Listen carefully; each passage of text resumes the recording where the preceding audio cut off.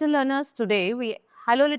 Today we are going to start with chapter 19, that is the Bharatiya government. So in this chapter I will tell you about the government in our country and then the function of the central and the state government and president and the judiciary. So let's start with the chapter now. So as you all know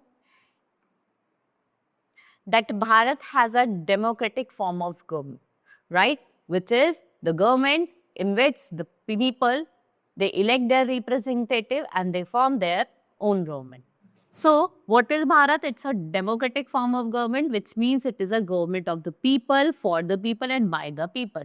लोगों के लिए, लोगों के और लोगों के द्वारा. So Bharat has 28 states and 8 UT, जिसमें आपका national capital territory of Delhi भी इंक्लूडेड है. जो हमारा कॉन्स्टिट्यूशन है वो क्या प्रोवाइड करता है, क्या बताता है कि government at the centre, state and local है. जब ये सब कंबाइन होती हैं एक साथ, right, when they are combined together, what they make Bharatiya union. So जो गवर्नमेंट होती है सेंटर पे, उसको हम क्या कहते हैं, यूनियन और सेंट्रल गवर्नमेंट. जो स्टेट में होती है वो state government, right. So the state government is responsible for, देखो जो आपकी स्टेट गवर्नमेंट है, जो भी स्टेट के लॉ एंड ऑर्डर है विद इन द स्टेट उसको देखती है. और सेंट्रल गवर्नमेंट जो है वो पूरी कंट्री के लिए, होल कंट्री के लिए क्या बनाती है, लॉज बनाती है. और जो यूनियन टेरिटरी उनको कौन गवर्न करता है, वो डायरेक्टली गवर्न होती है by the central government. Now first let's talk about central government making laws for the country. ठीक है, कंट्री के लिए लॉ बनाना, एश्योर करना, उसकी इम्प्लीमेंटेशन, वो किसकी रिस्पॉन्सिबिलिटी है, सेंट्रल गवर्नमेंट की. ये मेन लॉ मेकिंग बॉडी है. क्या है ये, इसका क्या काम है, लॉ बनाना, राइट. और कौन बनाता है लॉ इसके लिए, आपकी पार्लियामेंट बनाती है, right. It comprises of parliament with president, Lok Sabha, Rajya Sabha, right. We have president, Lok Sabha and Rajya Sabha. Let's talk about Lok Sabha. It's a lower house. और राज्यसभा क्या होता है, आपका अपर हाउस होता है. तो Lok Sabha is a lower house of the parliament. Member of the Lok Sabha ये directly elect करते हैं. कौन इलेक्ट करते हैं, हम लोग, राइट. हम वोट देते हैं और इन्हें इलेक्ट करते हैं. और कितने टाइम पीरियड के लिए, they are elected for 5 years. ठीक है, 5 साल के लिए इलेक्ट करते हैं. और इसको हम हाउस ऑफ द पीपल भी कहते हैं. जितने भी सिटीजन जिनकी एज 18 है और 18 से अबव है, उनके पास राइट है वोट करने का इनके इलेक्शंस में, राइट. सो एनी सिटीजन, मैंने आपको बता दिया जो मैक्सिमम नंबर है आपके लोकसभा के वो 552 है. It is 552. इसमें से आप देखेंगे कि जो 530 मेंबर्स हैं वो स्टेट को रिप्रेजेंट करते हैं और 20 जो मेंबर्स हैं वो यूनियन टेरिटरी को रिप्रेजेंट करते हैं. एंड पहले इसमें क्या होता था, जो 2 मेंबर होते थे वो एंग्लो इंडियन कम्युनिटी से होते थे और उनको कौन नॉमिनेट करता था, president.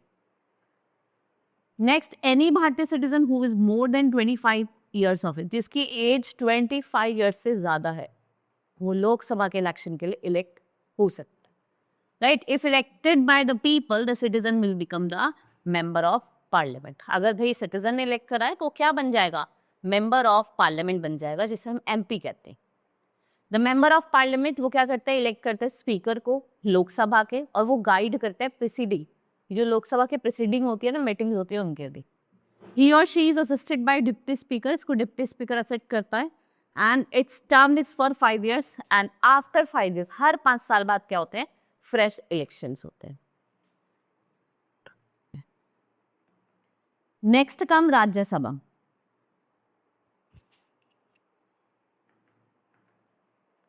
Let's talk about Rajya Sabha, which is the upper house. Upper house है हमारा, right. They are not directly elected. इनको डायरेक्टली इलेक्ट नहीं करा जाता. इनको हम कौन इलेक्ट करता है, जो मेंबर होते हैं आपके स्टेट लेजिस्लेटिव असेंबली के, वो क्या करते हैं, इनको इलेक्ट करते हैं. कितने टाइम पीरियड के लिए, 6 years. तो आप डिफरेंस देख लीजिए, लोकसभा में 5 years, राज्यसभा में 6 years. सो इसको हम काउंसिल ऑफ स्टेट कहते हैं.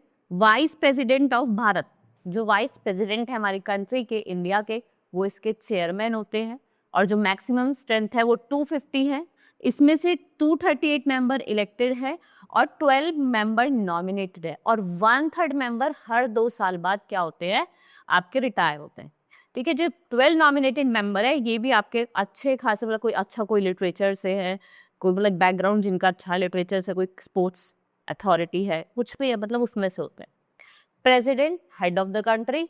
So the president is the head of the country और ये सुप्रीम कमांडर भी होते हैं आर्म्ड फोर्सेस के. President is elected by the, कौन इलेक्ट करता है प्रेसिडेंट को? Member of Lok Sabha, Rajya Sabha and state legislative assembly. इनका भी टर्म क्या होता है? 5 साल. तो प्रेसिडेंट को इलेक्ट करने के लिए आपको लोकसभा, राज्यसभा और स्टेट लेजिस्लेटिव असेंबली सबकी जरूरत पड़ेगी और इनका टर्म भी कितना होता है? 5 साल. Next is forming the government. देखो गवर्नमेंट कैसे फॉर्म होती है and how do we form a government. There are many political party in our country. आपने देखा होगा बहुत सारी पॉलिटिकल पार्टी हैं, सबकी अपनी अपनी सीट्स होती है. We have Bharatiya Janata party, Congress, भारतीय बीजेपी हो गई, वीएसपी हो गई एंड योर कांग्रेस हो गई एंड आम आदमी पार्टी. बहुत सारी पार्टी है, सब हमारी पॉलिटिकल पार्टीज है. So the political parties get maximum number of seats from the government and sometimes no party wins enough seats to form a government, then one more party is joined together to form a government. देखो बहुत बार क्या होता है कि जो एक ही party है उसके इतने वोट्स नहीं, इसको इतने वोट्स नहीं मिल पाते कि वो गवर्नमेंट फॉर्म करे. तो उस कंडीशन में क्या होता है कि 2 पार्टीज मिलती हैं जिसे हम कोalition गवर्नमेंट कहते हैं. The party that forms the government then elects its leader. The president of Bharat swears the leaders of that party as prime minister. The prime minister is held in discharge of his functions. Specially chosen group of जो ministers हम choose करते हैं ना, उनमें से वो देते हैं. The prime minister and the other ministers makes up the council of minister. The minister in the union cabinet वो या तो लोकसभा से होते हैं, लोअर हाउस से होते हैं, फिर अपर हाउस से होते हैं. That is Rajya Sabha. Now state government. Every state has its legislative assembly. हर एक स्टेट की अपनी अपनी legislative assembly है जो लॉ बनाती है.